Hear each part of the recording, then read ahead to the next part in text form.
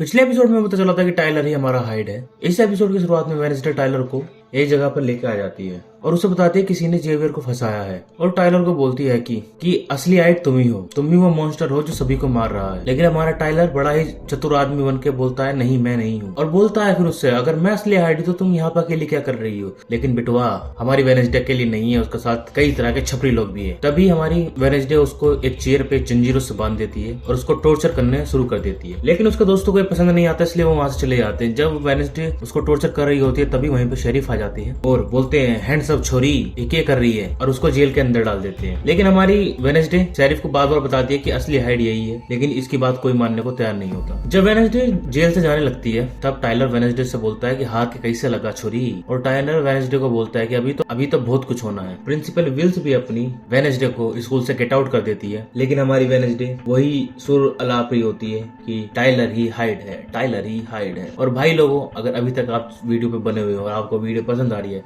तो यार चैनल को सब्सक्राइब और वीडियो को लाइक जरूर करें। लेकिन प्रिंसिपल विल्स इस वक्त वेडनेसडे की कोई बात सुनने को तैयार नहीं होती। वेडनेसडे आखिरी बार जेवियर से मिलती है, जहाँ पे हमारे जेवियर बाके बिहारी बाबू वेडनेसडे से काफी गुस्सा होता है। लेकिन हमारी वेडनेसडे उसको बताती है कि असलियत में तुम्हें फंसाया गया, तुम्हें फंसाने वाला और कोई नहीं हमारे टाइलर बाबू है। लेकिन अपना जेवियर वेडनेसडे से बहुत ज्यादा नाराज होता है। लेकिन जेवियर एक ही बात बोलता रहता है, अगर तुम ये स्कूल छोड़ के चली जाती हो तो वो तबाही नहीं होगी, हम बच जाएंगे। इसलिए वेडनेसडे यहाँ से चली जाती है। वेडनेसडे अपने रूम के अंदर अपना सामान बांध ही रही होती है और यहीं पे अपनी इनीत होती है और ये दोनों भी अपने आप को गले मिलके टाटा बाय बाय करते हैं। इनीत भी उसे कभी ना भूलने के लिए बोलती है। नीचे आके वेडनेसडे वेंका से मिलती है, यहीं पर अपनी थोरन हिला जाती है और उसको गुड बाय गिफ्ट में एक फ्लावर देती है। यहीं पर प्रिंसिपल विल भी आती है और बोलती है कि अपन तुमको नई बहू की तरह स्टेशन पे छोड़ने जाएगी। और आखिरी बार वेडनेसडे अपनी यूजिन से मिलने चली जाती है, जहाँ उसको एक और ट्विस्ट का पता चलता है कि गुफा को उड़ाने वाला और कोई नहीं डॉक्टर थोरन हिल थी। लेकिन उसके शूज लाल थे, लेकिन डॉक्टर किनबोर्ड कभी भी लाल शूज नहीं पहनती। इसलिए वेडनेसडे को पता चल जाता है कि असली कातिल कौन है और हमको भी स्टोरी का असली कातिल मेन विलन पता चल जाता है कि कौन है, और वो और कोई नहीं हमारी थोरन हिल टीचर ही होती है, जिसका असली नाम लोरेट गेट्स होता है। तभी वेडनेसडे अपनी थोरन हिल के पास पहुंच जाती है और उसको लोरेन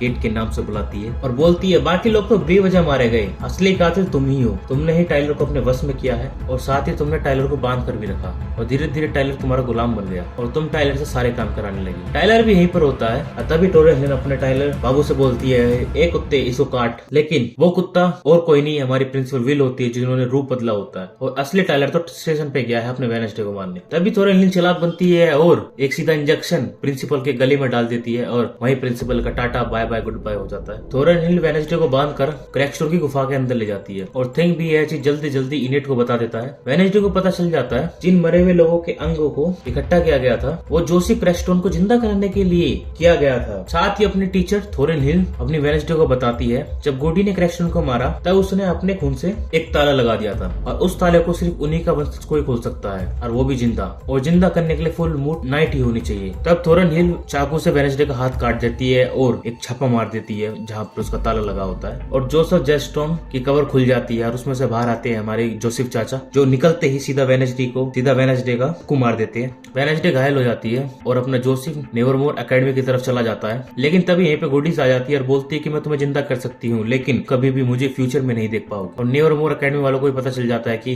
हमारे जोसेफ चाचा वहाँ पे ब्याज लेने आ रहे हैं, कब तक ये किराए के कमरों में रहोगे तुम। इसलिए स्कूल वाले सभी बच्चों को बाहर भेजना शुरू कर देते हैं। जंगलों के अंदर से वेडनेसडे भी जा रही होती तभी उसे टाइलर बाबू टकराते हैं और वो अपने हाइड में तब्दील हो जाते हैं और सीधा ही वेडनेसडे पे अटैक कर देता है। तभी वहीं पे हमारी इनित भी पूरी वेयरवुल्फ में ट्रांसफर हो जाती है और वो हाइड पे हमला कर देता है। तभी वहाँ शेरिफ आ जाता है टाइलर का बाप और उसको गोली मार देता है और फिर बाद में शेरिफ अपने बेटे को संभालता है और हमारी जो वेडनेसडे है वो जोसेफ अंकल को संभालने चली जाती है। और हाँ, ये वेयरवुल्फ और कोई नहीं हमारी प्रिंसेस इनेथ थी। एकेडमी के अंदर भी क्रैकस्टोन से लड़ने के लिए वेडनेसडे आ जाती है और वेडनेसडे को बचाने के लिए उसका बाके बिहारी जेवियर चाचा आ जाते हैं। जब क्रैकस्टोन जेवियर को मारने वाला होता है तो वेडनेसडे आगे आ जाती है और खुद घायल हो जाती है। लेकिन वेडनेसडे जेवियर से बोलती है कि निकल यहाँ से, पहली फुर्सत में निकल, और बाकी एकेडमी वालों को भी यहाँ से फुर्सत में निकलने को बोल उनको। वेडनेसडे फिर से खड़ी होती है और अपनी तलवार की मदद से जोसेफ क्रैकस्टोन को हराने की कोशिश करती है। लेकिन जोसेफ क्लस्टन बहुत ही ताकतवर होता है, वो वेडनेसडे को मारने वाला होता है। तभी वहाँ पे प्रिंसेस वेंका आती है और तलवार उसके आर पार कर देती है। तब तक वेडनेसडे को मौका मिल जाता है कि वो भी तलवार उसके दिल के आर पार कर दे, और ऐसा वुडी एडम्स ने करने को कहा था। और जोसेफ क्लस्टन एक और बार भगवान को प्यारे हो जाते हैं और अपने जोसेफ के मरते ही यहाँ पे थोरन लाती है हाथ में कट्टा लिए, और वो वेडनेसडे को टपकाना चाहती है। लेकिन तभी यहाँ पे अपना यूजीन आ जाता है कोमा से निकलकर, जो अपने बहुत सारी मधुमक्खियों के साथ अटैक कर देता है अपने